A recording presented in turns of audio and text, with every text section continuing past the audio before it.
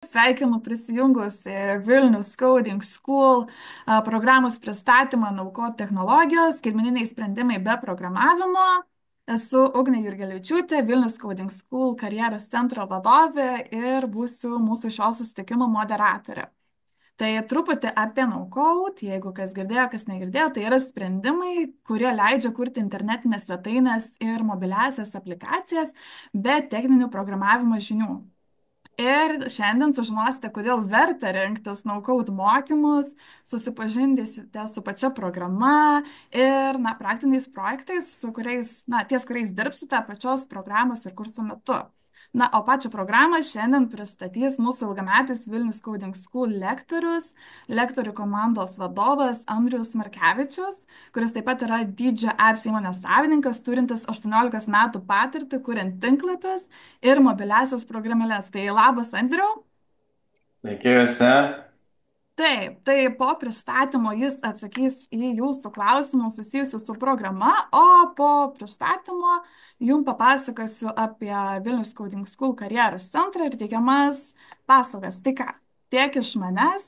Būtinai rašykite ir uždavinėkite klausimus, juos galite rašyti chatą, aš juos vėliau įgarsinsiu. Ir ką, Andriau, perduodu žodį tau. Dėkui, Ugne. Sveiki dar kartelį visi. Pabandysiu pasidalinti skaidrėmis, tikiuosi, kad matote ir papasakosiu apie no code, mūsų kursą, kas tai yra, galbūt su tendencijom, kurios šiuo metu yra pas mus rinkoje. Tai viso mūsų susitikimo temos tai būtų maždaug tokios, kokias matote čia šitose skaidrėse, kas yra no code, kokie yra privalumai, kokie yra minusai, nes jų irgi yra. 24-ųjų maždaug tendencijos ir kodėl būtent toksai kursas yra šiuo metu labai patrauklus ir aktualus. Pakalbėsim taip pat apie temas, kurias šitas kursas paliečia, kaip pasiruošti galbūt optimaliausių būdų šiam kursui ir tada kokios yra karjeros perspektyvos. Na, žinoma, jeigu turėsit kažkokių tai klausimų, tai galėsim juos aptarti taip pat. Tai pirmiausia, kas yra no-code? Na, tai kaip pats pavadinimas ir sako, kad mes galėtumėme kurti programėles, tinklalapius, automatizuoti kažkokius tai darbo srautus, nerašydami visiškai kodo. No-code, ne, anglų kalba, jokio kodo, mes galime kurti dalykus. Ne? Tai platformos ypatingai paskutiniu metu, per paskutinius porą metų labai labai sparčiai vystosi, jų yra keli šimtai jau dabar. Ir aš nemanau, kad šita tendencija lėtės per artimiausius kelias metus, atsiras vis daugiau ir daugiau įvairių sprendinių, ypatingai kas liečia dirbtinį intelektą, man atrodo. Ir pats procesas, kaip mes atliekame tam tikras užduotis, įskaitant ir tinklalapių kūrimą, labai labai stipriai keičiasi. Bet tai jeigu mes nerašome kodo, tai reiškia, kad šios platformos turi tam tikras vizualias sąsajas, kurios mums leidžia, nerašant kodo, iš tiesų kurti programinę įrangą. Mes taip pat galime, reiškia, pašalinti programavimo visą sudėtingumą tokiu būdu. Žmonės, kurie neturi programavimo žinių, staiga gali susikurti pakankamai komplikuotus dalykus. Na ir tai yra labai naudinga verslams, kadangi galima labai greitai prisitaikyti prie rinkos tendencijų, galima išbandyti dalykus, susikurti prototipus ir inovuoti daug, daug greičiau ir sumažinant išlaidas. Tai čia tokie turbūt svarbiausi dalykai, kas liečia no-code platformas. Kalbant apie privalumus, tai pats pirmas privalumas yra greitas. Tikrai galime žymiai greičiau kurti pačias aplikacijas ir tinklalapius ir įdėkti. Sutaupome labai daug pinigų tokiu būdu, kadangi visas procesas sutrumpėja, tai sumažiname poreikį išleisti krūvas pinigų ant programuotojų atlyginimų. Tai viskas supaprastėja šiuo atžvilgiu irgi. Taip pat prieinamumas. Tai jau paminėjau, kad netechniniai vartotojai, žmonės, kurie neturi programavimo žinių, gali dalyvauti visoje šitoj skaitmeniniai transformacijoje, gali kurti dalykus, neturėdami tam netgi ypatingų žinių. Mes neatsiremiam jau į IT departamentus, skyrius didesnėse įmonėse ir tokiu būdu skatiname inovacijas. Lankstumas, aišku, atsiranda, nes mes galime greičiau prisitaikyti prie verslo poreikių, mums nebereikia ilgų kūrimo ciklų ir mes galime inovuoti. Tai čia pasikartoju truputėlį, bet šitie yra pagrindiniai dalykai, kurie yra no-code platformų privalumai. Yra minusų su tuo susijusių, nors ir šablonų yra, tapsa platformų yra labai daug, kaip sakiau, keli šimtai jau dabar, bet atsiriame dažnai į šablonus. Šablonai, nors ir labai smagus, šaunus, faini, tačiau jie turi ir savo ribotumų, ne visada jie apima visų mūsų poreikius, ne, ir galbūt tai, ką idėja, galbūt kažkokią, kurią mes kaip vartotojai galim turėti, galbūt nebūtinai bus įgyvendinama vien remiantis tuo šablonu, kuris egzistuoja. Ir tada praleidžiame nemažai laiko galbūt ieškodami pačio optimaliausio įrankio. Jeigu yra keli šimtai tų no-code platformų, būtent surasti tą, kuri atlieps į mūsų poreikius, nu va čia yra galbūt iššūkis ir reikia skirti tam laiko. Mums vis tiek reikia išmanyti šiek tiek dizaino dalykus, netgi jeigu dirbame su no-code, tai spalvų deriniai, šriftai ir taip toliau, ar ne? Tai UX, UI, vartotojo patirtis kokia būtų, tai visą tai vis tiek reiktų bent kažkiek tai išmanyti. Šablonai tikrai nepadengia absoliučiai visko. Taip pat yra saugumo iššūkiai, kadangi visos šios platformos yra pakankamai jaunos dar, tai yra taip pat potencialas, kad bus klaidų, bus kažkokių tai nesuderinamumų galbūt ir galbūt bus nulaužiamos tos paskyros. Tai čia yra toksai vystimosi procesas. Aš manau, kad šita situacija turėtų gerėti per ateinančius kelis metus. Vis dar žengiami yra pirmieji žingsniai tame. Yra kūrybingumo apribojimai tame, kad mes atsiremiame į šablonus. Ne, ir galbūt tos visos idėjos, kurias mes turime, ne visos jos yra įgyvendinamos.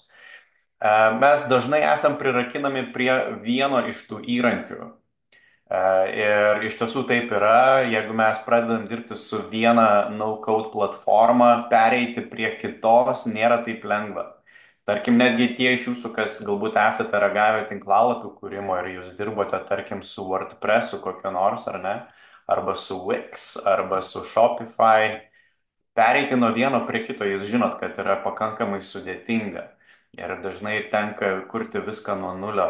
Ar ne? Ir čia lygiai tas pats galioja ir su mobilių aplikacijų kūrimu ir kitais sprendimais. Tos platformos jos dažnai būna visiškai ekskliuzyvios.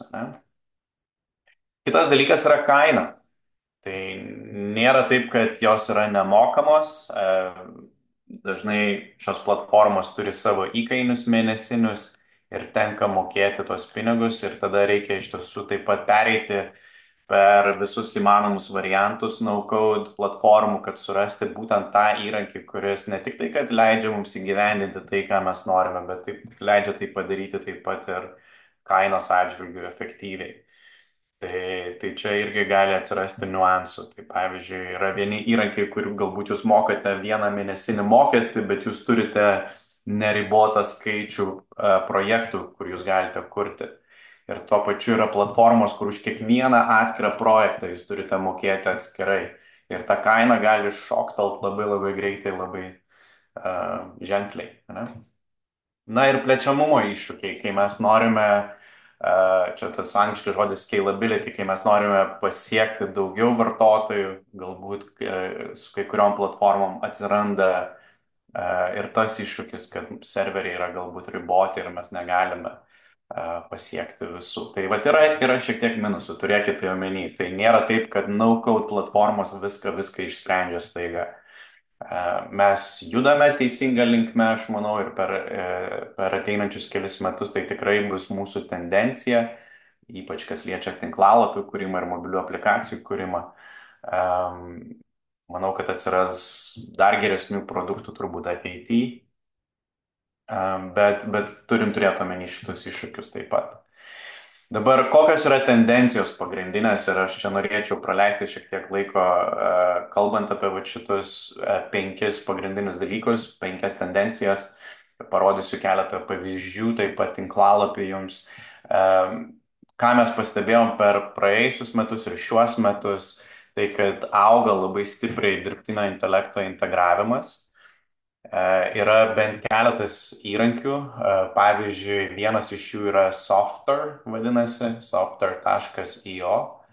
Ir lygiai kaip su ChatGPT, jūs galite parašyti kažkokią tai savo užklausą ir jums yra sukuriama jūsų platforma, jūsų sprendinys. Galbūt jūs norite valdyti direktoriją kažkokią tai galbūt duomenų, galbūt narius turėsite, vartotojus ar ne, tai vad klientų portalas, ne, tai vad software leidžia susikurti tokius labai greitai. Jūs parašot, ko jūs norit ir jums sugeneruoja. Ne, ir čia irgi yra įkainiai savi. Tai vad vienas iš tokių sprendinių yra, ne, naudoja pilnai dirbtinį intelektą. Pagal jūsų komandą sukuria kažką. Kitas būtų Bardeen. Ir čia leidžia darbo procesus automatizuoti. Tai pavyzdžiui, jūs čia netgi matote šitą animaciją tokią parodomą. Ne, tarkim, yra LinkedIn konferencija, ne, kažkokia taip pareklamuota TechCrunch, ar ne, ir nueina pasižiūri, kas yra kalbėtojai toje konferencijoje, juos visus pasiema dirbtinis intelektas, perkelia iš karto automatiškai į lentelę, į Google Sheets, ar ne, ir tada automatiškai surenka iš LinkedIno visus duomenis kiekvieno to kalbėtojo su visa kontaktinė informacija, ne? Tai reiškia elektroninio pašto adresai, telefonai ir taip toliau. Ir tada galima jau pradėti kontaktuoti su jais, rašytis galbūt suasmenintus laiškus kiekvienam iš jų. Tai labai daug tokių sprendinių atsiranda, kur mes turbūt praleistumėm daug laiko rankiniu būdu rinkdami visą šitą informaciją. Toksai įrankis leidžia tai padaryti greitai. Ir čia yra daug tikrai sprendimų, kurie padeda tiek pardavimų skyriui, tiek marketingui ir taip toliau. Tai Bardeen yra tikrai šaunus įrankis. Kitas įrankis yra Framer. Framer.com puslapis. Jisai leidžia kurti tinklalapius grinai dirbtinio intelekto pagalba. Jūs duodate užklausą, ką jūs norite sukurti, kokioje vietoje jūsų tinklalapyje ir jums generuoja visą turinį. Parašo už jūs visą tekstą, visus grafinius sprendimus, sudėlioja visą išdėstymą, pritaikymą mobiliems įrenginiams ir taip toliau ir taip toliau. Tai tikrai šaunus įrankis, labai rekomenduoju pasižiūrėti jį irgi. Mūsų kurso metu mes dirbsim su dviem įrankiais. Vienas jų yra Bubble, tai čia šitas tinklalapis bubble.io, o kitas yra Flutter. Tai Bubble yra daugiau skirtas tinklalapių kūrimui, Flutter daugiau skirtas mobilių aplikacijų kūrimui. Apie šitus du įrankius dar pakalbėsiu netrukus. Bet šitie du yra vieni populiariausių šiuo metu, turi labai didelį sekėjų skaičių, kuriasi bendruomenės vartotojų ir developerių, neprogramuotojų, ir vystosi šitie du produktai labai labai sparčiai. Tai mes būtent skirsime savo kursą šitiems dviems įrankiams. Tai čia būtų, kas liečia dirbtinį intelektą. Dabar sekantis dalykas tai yra, kad no-code taip pat yra taikomas didesnėse įmonėse, tai enterprise yra solutions. Tai vienas tokių pavyzdžių galėtų būti Airtable, nežinau ar teko girdėti, leidžia iš tiesų valdyti duomenis labai dideliu mastu.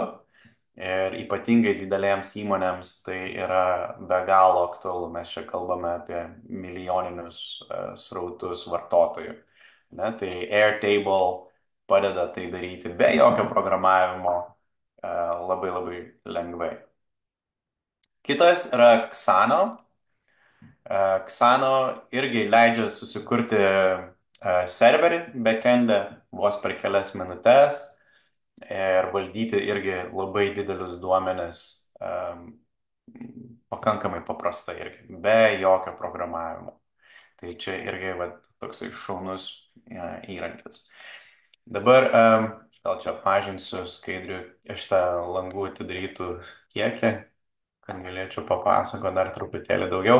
Tai viena iš tendencijų, kurias pastebėjome per šiuos metus, tai kad kuriasi nemažai startuolių, kurie yra paremti no-code platformomis. Reiškia, žmonės paprastai būna mažos komandos, bet jos tiesiog susikuria savo kažkokį tai produktą, galbūt parduoda kažkokią paslaugą kaip prenumeratą kas mėnesinę ir išsivysto iš to nemaži pardavimai, reiškia, uždirba pinigus, geras startuolis, kurį paskui galima parduoti. Tai per paskutinius 2 metus buvo parduoti 86 no-code startuoliai. Tai mums rodo, kad, reiškia, yra validavimas tam tikras no-code apskritai rinkoje, auga inovacija, auga konkurencija tarp verslų ir manyčiau, kad per ateinančius keletą metų šita tendencija tik dar labiau vystysis ir dar labiau populiarės. Tai bus dar daugiau pardavimų, dar daugiau startuolių, kurie atsiras. Sekantis dalykas tai, kad yra augantis agentūrų skaičius. Reiškia, agentūros, kurias ištisi verslai ir mano asmeniškai irgi agentūra tuo pačiu užsiema, mes kuriame mobilias aplikacijas, remiantis vienu iš no-code įrankių. Bet iš esmės agentūros gali specializuotis galbūt. Vienos užsiema tik tai mobiliom aplikacijom, kitos užsiema tik tai tinklalapių kūrimu, kažkas tai galbūt tik tai darbų procesų automatizavimu, kažkas siūlo integravimo paslaugas, kažkas konsultavimo paslaugą teikia įmonėms, ne, kaip pritaikyti dirbtinį intelektą įmonėje, pavyzdžiui, ar ne? Veda mokymus darbuotojams įmonių. Ir taip pat kuria kažkokias tai unikalias aplikacijas dažnai tokios agentūros. Tai gali būti klientų valdymo, kažkokios platformos, projektų valdymo ar galbūt elektroninės prekybos sistemos. Tai agentūros auga, tai reiškia, kad atsiras vis daugiau ir daugiau darbo vietų šiuose srityse, kas liečia no-code. Dėl to reikėtų šiaip stebėti ir darbo skelbimus. Manyčiau, kad matysime tikrai šią tendenciją per ateinančius metus, netgi 25-uosius ir Lietuvoje tame tarpe. Na ir kita tendencija, kuri išsivystė per šiuos metus, tai kad vyksta renginiai susijęs su no-code. Ir aš labai rekomenduoju, jeigu jums šitas rytis yra įdomi, tai sudalyvaukit. Kai kurie iš šių renginių yra online renginiai, nebūtinai gyvai dalyvauti juose. Vienas iš jų yra No Code Summit. Ir čia yra visas tinklalapis tam, nocode-summit.org, galite žvilgtelt. Yra šaunus kalbėtojai, labai įdomus dalykai diskutuojami apie tendencijas rinkoje. Kitas yra BubbleCon, tai mes paminėjom, kad yra įrankis Bubble ir mūsų kursas yra skirtas šitai būtent platformai Bubble. Aplink ją kuriasi, kaip minėjau, didelė bendruomenė žmonių ir agentūrų, kurios kuria būtent su Bubble įrankiu. Ir dabar jau yra organizuojama kasmetinė konferencija aptarti Bubble tendencijas ir naujausius, galbūt naujausius funkcionalumus, kurie atsiranda su Bubble. Tai raginu irgi žvilgtelt į šitą dalyką taip pat. Dabar, kokia būtų mūsų programa, mūsų kurso? Aš minėjau, kad mes mūsų kurse dirbame su dviem šitais pagrindiniais įrankiais, tai Bubble ir Flutter Flow. Jie yra pakankamai populiarūs ir tuo pačiu vienas nuo kito labai skiriasi. Ir mes norim duoti pačius geriausius jums įrankius savo kursuose. Dėl to supažindinam su abiem. Mes turėsim šiaip greičiausiai, aš taip spėju, greičiausiai, kad mūsų kursas bus pateikiamas keliais formatais netgi. Tai bus bendras kursas, kuriame bus ir Bubble, ir Flutterflow, bet galimai mes turėsime taip pat ir variacijų, kur bus tik tai Bubble arba tik tai Flutterflow. Tai čia tiesiog turėkite tą omeny. Dabar kas yra Bubble? Tai no-code platforma, leidžianti mums kurti žiniatinklio aplikacijas be programavimo žinių. Ką jūs galite sukurti su Bubble? Nu, labai daug dalykų iš tiesų, įskaitant šiaip ir mobilias programėlės taip pat. Jos šiek tiek ribotos pagal savo funkcionalumus yra, bet tai jau yra įmanoma. Čia bet prieš paskutinius porą mėnesių iš tiesų išsivystė šitas dalykas su Bubble. Tai labai labai šviežias. Iki šiol Bubble buvo daugiau skirtas tinklalapiams būtent.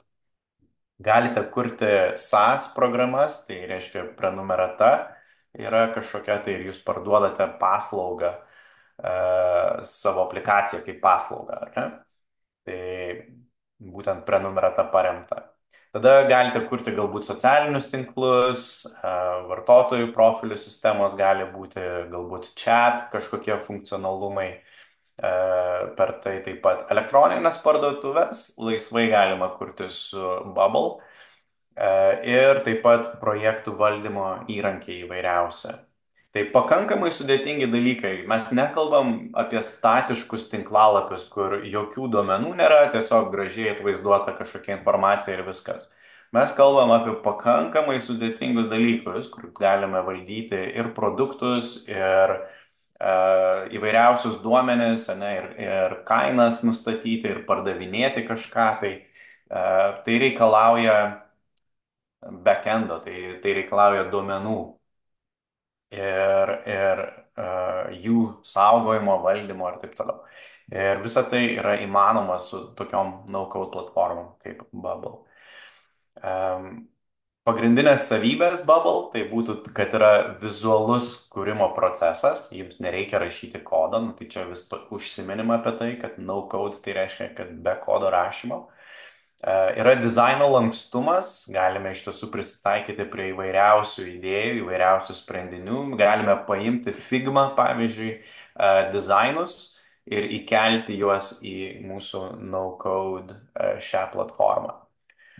Minėjau, ne, darbas su duomenų bazėmis, galime pajungti API, trečių šalių sprendimus integruoti. Galime versijuoti produktus, galime dirbti komandoje su kitais žmonėmis. Tai nėra tik tai, kad mes kaip individualūs kūrėjai, ar ne? Galime labai lengvai iš tiesų valdyti visą dizainą. Kitas privalumas yra, kad tikrai yra nemaža bendruomenė kūrėjų Bubble. Dėl to yra internete labai labai daug pavyzdžių. Ir čia galima mokytis iš tiesų ir savarankiškai.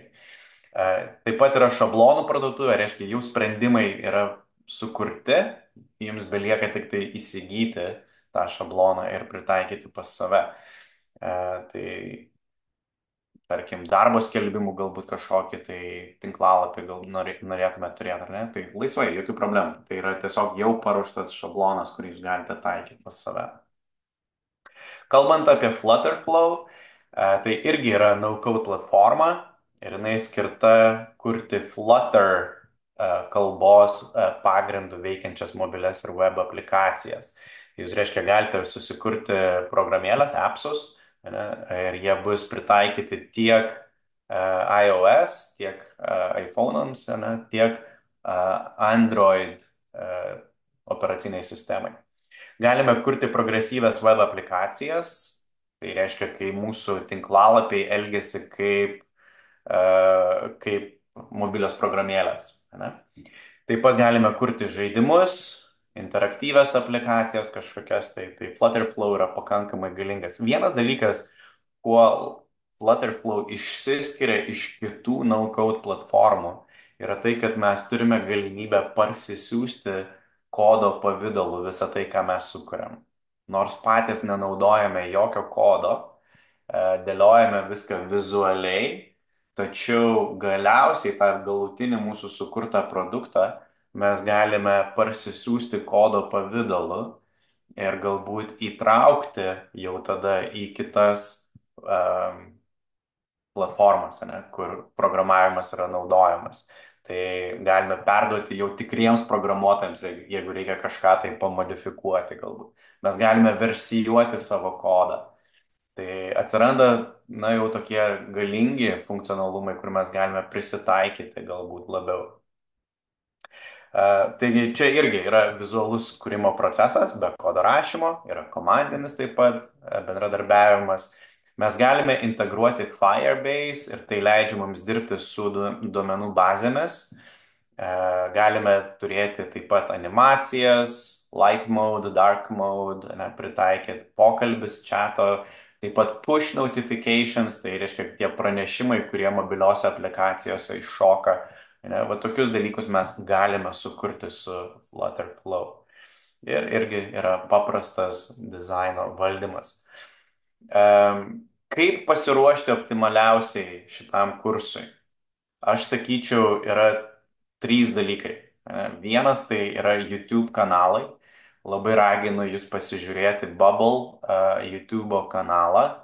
Jisai visiškai nemokamas ir turi labai labai daug medžiagos. Tai jeigu norėsite ateiti ir mūsų kurso kontekste, grupės kontekste mokytis kartu, turėti lektorių, kuris padės jums įsisavinti galbūt tą medžiagą. Tai visa tai yra dideli mūsų vat, kurso privalumai, tačiau turėkite omeny, kad yra tikrai labai daug medžiagos jau dabar internete ir mes raginame jūs ją žiūrėti ir ateiti į kursą bent kažkiek tai jau pasižiūrėjus tą medžiagą. Na ir tada sekantis dalykas, aišku, yra oficiali dokumentacija. Tinklalapiuose tiek bubble.io, tiek flutterflow.io yra labai daug dokumentacijos oficialiosios, kur jūs galite taip pat pasimokyti, kaip naudotis šiomis platformomis. Ir taip pat yra online kursai. Nors mes labai norim, kad jūs ateitumėte į mūsų kursus, žinoma, ir gyvai mokytis kartu su mumis. Mes norim pabrėžti, kad tie įrankiai taip pat egzistuoja ir internete. Jūs galite taip pat pasižiūrėti. Savarankiškai mokytis nėra visiems paprasta. Ne visada lengva susigaudyti, kur čia kas įkrenta, į kokį kontekstą tai, ką aš čia dabar bandau išmokti. Ar ne? Ir tam vat ir yra mūsų kursai, būtent, kur jūs tą galite daryti. Tačiau būtų visai neblogai, jeigu pasižiūrėtumėte ir online kursus kažkokius tai.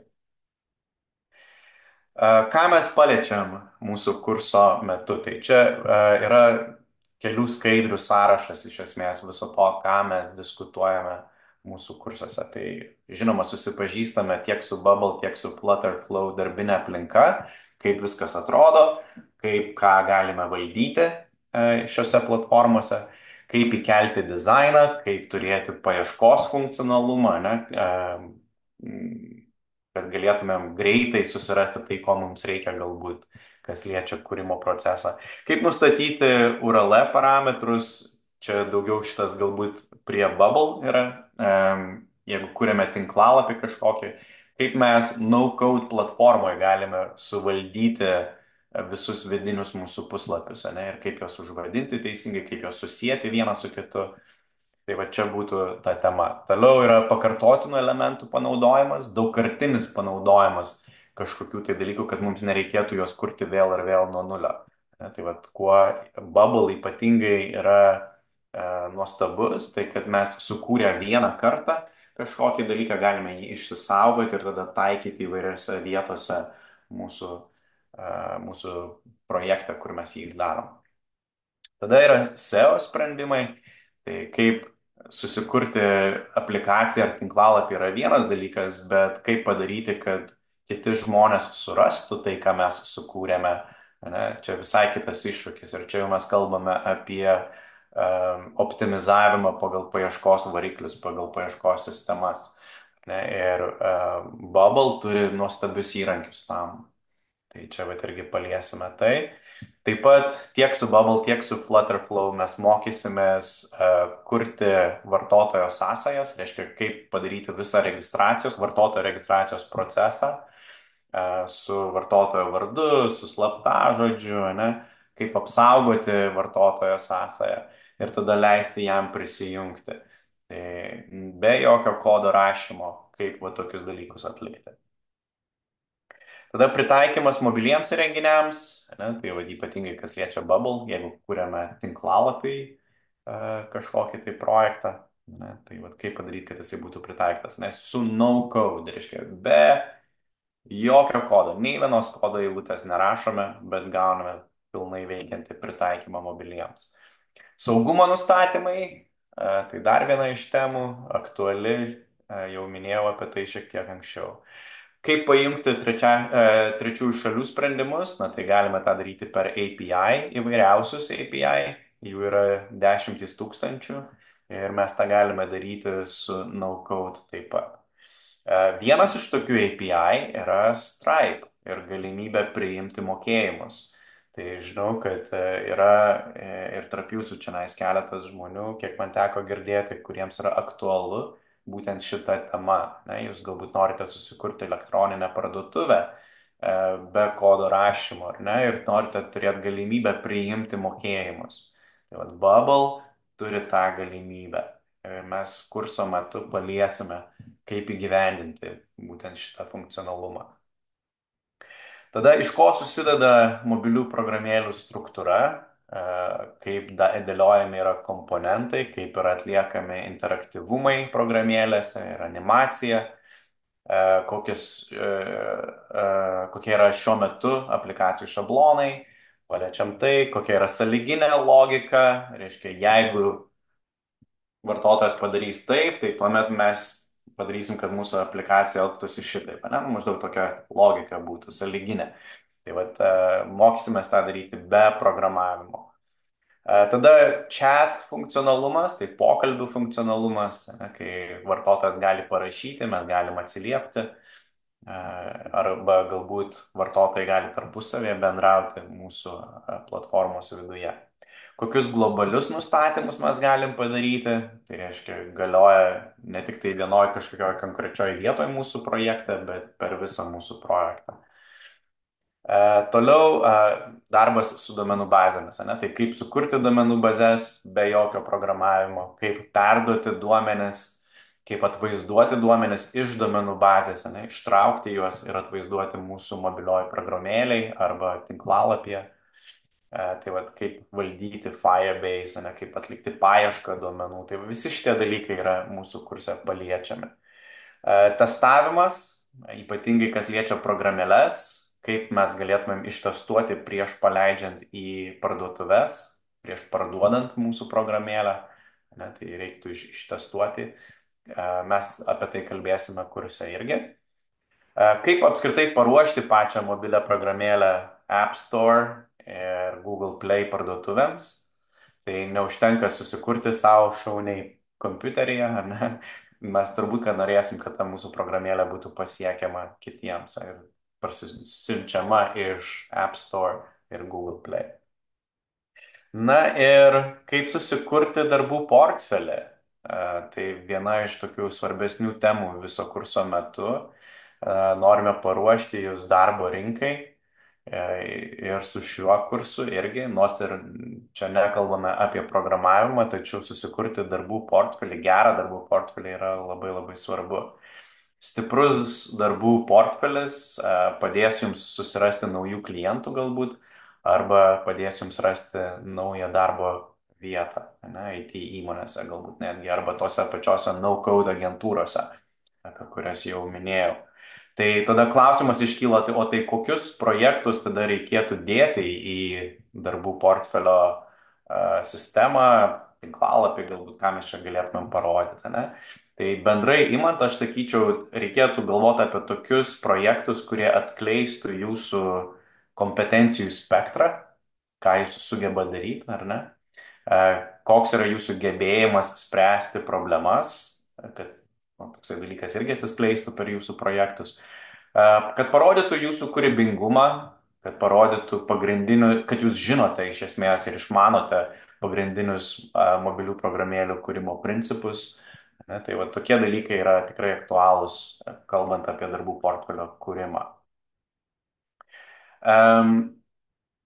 Tai reikėtų atsižvelgti į UX ir UI jūsų darbų portfelyje, reikėtų pagalvoti apie kodo struktūrą, reikėtų pagalvoti apie dokumentaciją, kaip jūs aprašote savo projektą, kurį kuriate, netgi jeigu jūs nenaudojate kodo, ne, tai vis tiek turėtumėte turėti kažkokius tai gerus aprašus. Ne, tai potencialiam darbdaviui rodo, kad jūs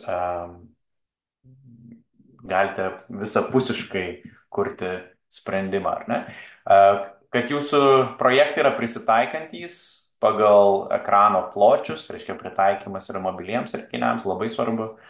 Na ir kad turėtumėte gyvus pavyzdžius, kad turėtumėte tai, ką galėtumėte pademonstruoti potencialiam darbdaviui, ne? Tai vat, irgi galbūt norėsite įdėti į GitHub platformas ar kažkur kitur, kur galėtumėte parodyti gyvą versiją to, ką darote. Tai kokio tipo projektus reikėtų dėti į darbų portfelį? Na, čia galima būtų kalbėti turbūt iki begalybės, bet jeigu aš pabandyčiau kažkaip tai apibendrinti, tai aš sakyčiau, kad šitie 10 dalykų būtų visai neblogi pasirinkimai.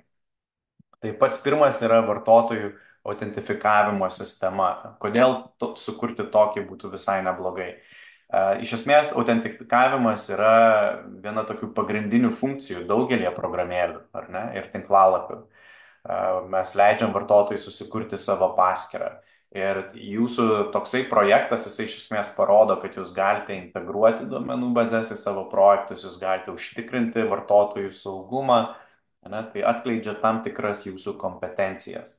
Tai tikrai rekomenduoju. Tada sekantis būtų to-do sąrašas, reiškia paprasta užduočių sąrašo programėlė, ne, kurią reiškia, vartotojai gali sukurti sąrašą savo, jie gali nuskaityti, kas tame sąraše yra, galbūt nori atnaujinti, ištrinti kažkokias tai užduotis tame sąraše. Tai programavime mes tai vadiname CRUD operacijomis, ne? Tai create, read, update ir delete. Ne? Aš galiu sukurti, galiu perskaityti, atnaujinti ir ištrinti duomenis. Tai vat, šitie dalykai irgi atskleidžia jūsų kompetencijas. Trečias pavyzdėlis projektų, kokius galbūt galėtumėt susikurti, yra elektroninės parduotuvės. Elektroninės parduotuvės yra labai aktualios, ypač šiais laikais, ir pakankamai sudėtingos tam, kad suvaldyti visus produktus ir visą informaciją apie kiekvieną produktą, ir stebėti inventorių ir taip toliau, ne? Suvaldyti visus tos duomenis duomenų bazėje jau reikia žinių. Taip pat, jeigu tai kalbame apie elektroninę parduotuvę, nu, tai aišku bus ir mokėjimo funkcionalumas, tai jeigu tą sugebate įgyvendinti, irgi yra tikrai šaunu. Toliau socialiniai tinklai, tai čia irgi jūs, reiškia, leidžiate potencialiems darbdaviams pamatyti, kad jūs galite valdyti realaus laiko duomenis, real time data. Jūs turite sąveiką tarp vartotojų, ne, ir yra tam tikri interaktyvumai, kurie yra įmanomi tarp vartotojų socialiniuose tinkluose. Tai čia irgi vienas iš tokių, sakyčiau, kompetencijų, kurias gali parodyti. Toliau penktas yra fizinis aktyvumas. Ką aš čia turiu omeny? Nu, tai žinot, kaip, pavyzdžiui, yra fizinio aktyvumo programėlės, kur vartotojas gali sekti savo treniruotės, galbūt nustatyti savo tikslus, savo sportavimo, stebėti savo pažangą, laikui bėgant galbūt, ar ne. Ir čia irgi yra daug labai rimtų funkcijų. Tai galbūt galite registruoti pačias treniruotes, pagal tam tikras kategorijas jas išrūšiuoti, galite turėti tą tikslų nustatymo funkcionalumą, pažangos stebėjimą, galbūt galite integruoti su Google Fit arba Apple Health, ne, funkcionalumais, ar ne. Galite sinchronizuoti duomenis su tais vat, sprendimais, ne, tai irgi yra be galo svarbu. Galbūt turėsit kažkokį analitikos skydelį, kuris rodys jūsų treniruočių istoriją. Tai jau yra irgi kompetencijos, kurios yra labai labai svarbios ir atskleidžia labai daug potencialiam darbdaviui. Tada renginiai. Tai vėlgi renginiai, tai gali būti, na, jūs sukuriat patį renginį su konkrečia vieta, laiku, detalėmis, visą informaciją. apie tą renginį. Tai reiškia, jūs turbūt, kad irgi dirbsite su duomenimis, leidžiate vartotojams galbūt turėti tą RSVP, ne, kai jūs galite nu, leisti vartotojui patvirtinti, kad jisai tikrai dalyvaus ar nedalyvaus tame renginyje. Tada vartotojų profiliai tame taip pat bus, galbūt pranešimai gali būti, artėja tas renginys ar ne ir iššoka kažkokie tai pranešimai vartotojai. Tai yra šaunus dalykas. Tada septintas maisto pristatymas, nu, tai visi naudojamės turbūt Woltų, Bolt Food ir dar kažkuom tai, ar ne, tai yra tikrai šaunios programėlės, yra pilna restoranų, kurie dirba su tokiom platformom, bet mes galim susikurti savo. Ane? Ir jeigu mes susikuriam savo, tai reiškia, mes galime leisti vartotojams naršyti restoranus, jų meniu, galim užsakyti maistą, galim sekti galbūt visą pristatymo eigą, kur automobilis randasi žemėlapyje ir taip toliau, ne? Tai dar daugiau integravimo, dar daugiau kompetencijų, kas liečia Google Maps ir taip toliau. Tada biudžetas, čia aš turiu omeny asmeninio biudžeto tvarkymą. Mes galime tvarkyti galbūt savo išlaidas pagal kategorijas, galim kurti biudžetus, stebėti juos, turėti grafikus, diagramas ir taip toliau. Čia irgi yra darbas su duomenų bazėmis. Naujienos, tai galite rinkti ir galbūt rodyti kažkokius tai straipsnius iš trečių šalių pagal API integravimą. Tai naujienos gali būti pajungtos jūsų platformoje arba jūsų programėlėje. Gali būti įvairiausios kategorijos, ar tai sportas, ar tai technologijos, politika ir taip toliau. Tai čia irgi darbas su trečių šalių sprendimais. Būtent toksai projektas būtų. Nu ir paskutinis būtų pokalbiai, tai chat, ne? Tai realaus laiko bendravimo programėlė. Tai vartotojai gali tarpusavėje siūsti ir gauti žinutes. Tai irgi yra su duomenų bazėmis, su vartotojų identifikavimu, su profilių sukūrimais, push notifications, tie pranešimai, ar ne. Tai vat, toksai rinkinys darbų portfelyje, jeigu jūs turite tokių 10 projektukų, tai būtų labai labai stipri kandidatūra patekti į IT įmonę ir gauti darbą. Arba netgi siūlyti savo kaip laisvai samdomo darbuotojo galbūt paslaugas. Tai kokios yra galimybės, ne, pabaigus tokį kursą? Ugnė pasidalins netrukus kiek labiau apie tai ir kuo mes galime jums pagelbėti šitoje vietoje, bet trys pagrindiniai dalykai, aš sakyčiau. Tai vienas, tai kad jūs galite gauti darbo vietą didesnėse įmonėse arba agentūrose, kur reikalingi būtent yra no-code kūrėjai. Taip pat galite dirbti kaip freelanceriai arba laisvai samdomi darbuotojai, siūlyti savo paslaugas. Na ir taip pat nuo savo verslo galimybę. Jeigu jūs ateinate, galbūt netgi ir šiandien jūs čia dalyvaujate, galbūt dėl to, kad turite kažkokią idėją, ką jūs konkrečiai norėtumėte sukurti, bet nemokate programuoti, ar ne? Ir galbūt jums šitas kursas yra įdomus, galbūt pavyks įgyvendinti tą savo idėją. Iš tiesų, tai potencialiai tikrai gali versti į kažkokį tai nuosavą verslą, kažkokį startuolį galbūt. Tai yra pakankamai platus spektras galimybių šitoje vietoje. Klausimai. Ar turim kažkokių tai klausimų? Taip, tai ačiū Andriu už tokį išsamų pristatymą. Turim porą klausimų. Tai pirmas būtų, sveiki, turiu klausimą, kaip dėl GDPR ir kitų duomenų apsaugos įstatymų. Jeigu kūriamas website appsas, ar jūsų minėtos platformos tai išpildo, ar tai yra pačio kūrėjo atsakomybė? Yra įrankiai, kurie leidžia šiuose platformose įdėkti taip pat ir atitikimą BDR-ui. Bet tai visada yra jūsų kaip kūrėjo atsakomybė pajungti tą funkcionalumą. Bet tiek Bubble, tiek Flutterflow turi šitą funkcionalumą. Taip, galima pajungti. Taip. Ir taip. Kitas klausimas būtų, kokios sąlygos prisijungti prie mokymų su UŽT pagalba. Tai visus klausimus apie mokymus kviečiu užduoti siunčiant laišką elektroniniu paštu, nuvardinuosi čiate mokymai eta vilniuscoding.lt. Ten tikrai atsakysi visus klausimus susijusius su mokymais, kaip registruotis, kaip startuoti. Tai drąsiai rašykite šiuo elektroniniu paštu. Ir taip pat buvo klausimas, ar reikalingas savas kompiuteris, ar mokymams galima laikinai gauti ir iš jūsų. Tai yra galimybė gauti kompiuterį, jeigu toks poreikis yra. Taip, dar kitas klausimas, gal galite pateikti kokiu nors web puslapių sukurtų pasinaudojant no-code pavyzdžių? Ačiū.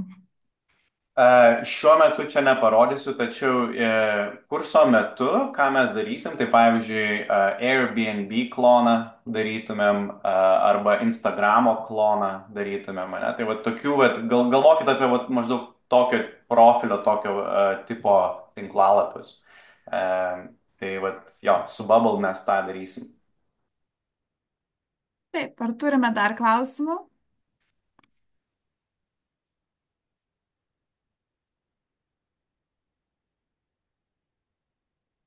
Taip, tai jeigu ne, dar galim truputį palaukti.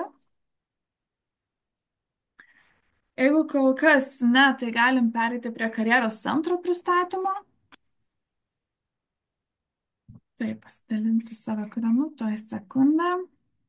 Mhm.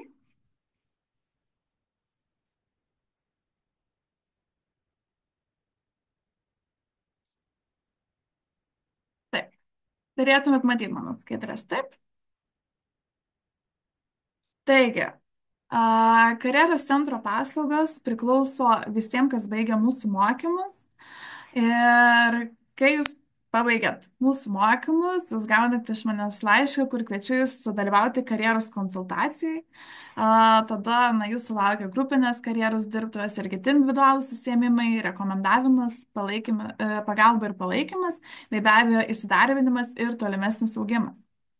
Tai apie kiekvieną žingsnį atskirai, tai ko galite tikėtis iš individualios karjeros konsultacijos, tai kad, pakalbėsim apie jūsų karjeros lūkesčius, peržvelgsim tokius, hygieninius karjeros momentus, kaip gyvenimo prašymas ir LinkedInas, ir pakalbėsim bendrai apie darbo paieškas, kaip galite jas vykdyti, įgyvendinti, ir kitus jum aktualius klausimus. Tada karjeros dirbtuvės, tai jau tokios, galima sakyti, grupėje esančios dirbtuvės, kur susitinkam bent kartą per mėnesį, kurių metu aptariam taip pat tiek gyvenimo prašymą, tiek LinkedIn, bet kartu pakalbam, kaip rašyti motyvacinį laišką, kaip vykdyti darbo paieškas, kaip bendrauti su įmonėmis. Gal bendrai labiau net apie darbo paieškų strategijas, kokių klausimų galite tikėtis darbo pokalbio metu, ir pakalbėti apie kaip reprezentuoti savo savarankišką darbą ir mokymasis toliau. Yra dar kiti individualūs užsiėmimai, kaip karjeros coachingas, tai irgi individuali sesija su jumis, kurios metu mes sudėliosim jūsų profesinio augimo strategiją. Ir taip pat yra galimybė sudalyvauti darbo pokalbio simulacijoje. Irgi individualus laikas jums, skirtas, pasitreniruoti prieš darbo pokalbį, arba gal tiesiog norite, dar neturite suderinę darbo pokalbį, bet tiesiog norite pasitreniruoti. Ir rekomendavimas. Tai kai jau turite paruošę savo gyvenimo prašymą, mes jau įkeliam jį į mūsų duomenų bazę ir įmonėm pasikreipus galima jūs rekomenduoti, jeigu jūs atitinkate reikalavimus. Tai be abejo atsižvelgiam, kokius kursus žmogus yra baigęs, kokius įgūdžius turi. Bei pagalba ir palaikymas. Tai mes turim mūsų bendruomenę, mes dalinamės patarimais, organizuojam renginius, kad jūs pasiektų pati aktualiausia ir svarbiausia informacija. Bei visada stengiamės su jumis palaikyti ryšį, žinot, kaip jums sekasi, gal reikia kur nors pagalbos. Ir taip pat visada kviečiam mūsų juniorus, pradedančiuosius specialistus susiregistruoti į Startup CV platformą, kuri būtent darbo platforma būtent skirta IT ir tech pradedantiesiems specialistams. Tai labai trumpai tiek. Jeigu turite klausimų, galite drąsiai rašyti man. Jeigu turite klausimų susijusių su mokymais ir su to susijusią informaciją, drąsiai rašykite šiuo elektroniniu paštu. Tai iš mano pusės būtų tiek, nebent turite dar kokių klausimų. Matau. Taip, kad kažkiek klausimų pas mus yra. Mhm. AI haliucinacijos, ar kaip tai gali pasireikšti, kuriant tokias platformas? Gal galite pateikti konkrečių pavyzdžių? Ar galime, Andriau? Pakartok, prašau, net klausimą, Mhm. kokių pavyzdžių? Haliu... AI haliucinacijos, aš spėčiau, kad čia toksai būtų žodžių junginys, jeigu teisingai. Ar gal, arba ne AI, ar. Kas rašėte tą klausimą, patikslinkit, prašau, Mhm. nes kad būtų aiškiau. Taip, bet Aš jeigu tada kas, galiu ir patikslinti, jeigu galima. be abejo, taip, prašau. E, AI hallucinations, tai tarkim, jeigu chatbotuose būna sukuria savo turinį, kuris skamba visai, kaip sakyti, patikliai. Ir norėjau Mhm. paklausti, kaip tai galėtų vykti būtent šitose platformose. Aš niekad nesu bandžius jų, tai net neįsivaizduoju, bet tiesiog nebūtinai turinio prasme, bet būtent funkcionalumo prasme. Mhm. Tiek Bubble, tiek Flutterflow leidžia integruoti dirbtinį intelektą. Ir čia jau tiesiog atsiremiama į dirbtinio intelekto modelius šiuo atveju. Tai ar tai būtų tas generative AI, ne, kažką sugeneruoti nuotrauką, dar kažką tai tekstą, ar vat, kaip šiuo atveju užsiminėte, reiškia, kad prisitaikytų galbūt prie vartotojo, net kad skambėtų kaip jisai ar dar kažkas, kad būtų labai patikimas. Tai čia kaip bot įgyvendinimas, ne, ypatingai bendravime. Tai šitas funkcionalumas egzistuoja tiek su Bubble, tiek su Flutterflow, kas liečia vat, chat funkcionalumą. Ir jisai taip iš tiesų gali būti paremtas taip pat ir su dirbtiniu intelektu. Tai, bet čia net tiesiog jums patiems netgi ir kurso eigoje šitoje vietoje nereikės nieko konkrečiai daryti, apart to, kad būtų pajungiamas pats dirbtinio intelekto modelis, kuris yra trečioji šalis šiuo atveju ir būtų tiesiog integruojama. Taip, ir turim dar vieną klausimą. Ar yra kokiam nors no-code ribojimų duomenų bazių tipam, ar tik REST API? Ačiū. Atsiremama yra į Firebase dažniausiai. Tai tiek Flutterflow, tiek Bubble, kas liečia duomenų bazės. Visa kita per API. Tai ką API turi, mes tą galime pajungti laisvai tiek su Flutterflow, tiek su Bubble. Tvarkoj. Tai daugiau klausimų kol kas nėra. Na, man dar koks vienas ar viena, kuri nori užduoti klausimą.